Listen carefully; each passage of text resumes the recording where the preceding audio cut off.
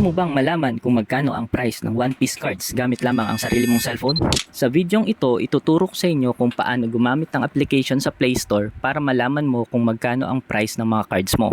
Una, open mo ang Play Store at hanapin ang OPTCG Dex. Itong blue na icon. Download, install, then open.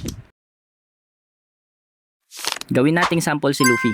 Una, tignan mo kung ano yung code ng card na ito. Makikita mo ito sa lower right ng card.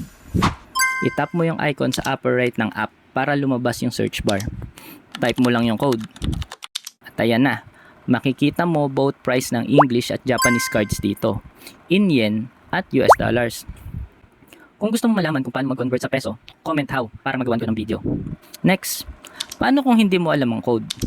Type mo lang yung pangalan ng character. Check mo yung rarity at lalabas pa rin naman yan.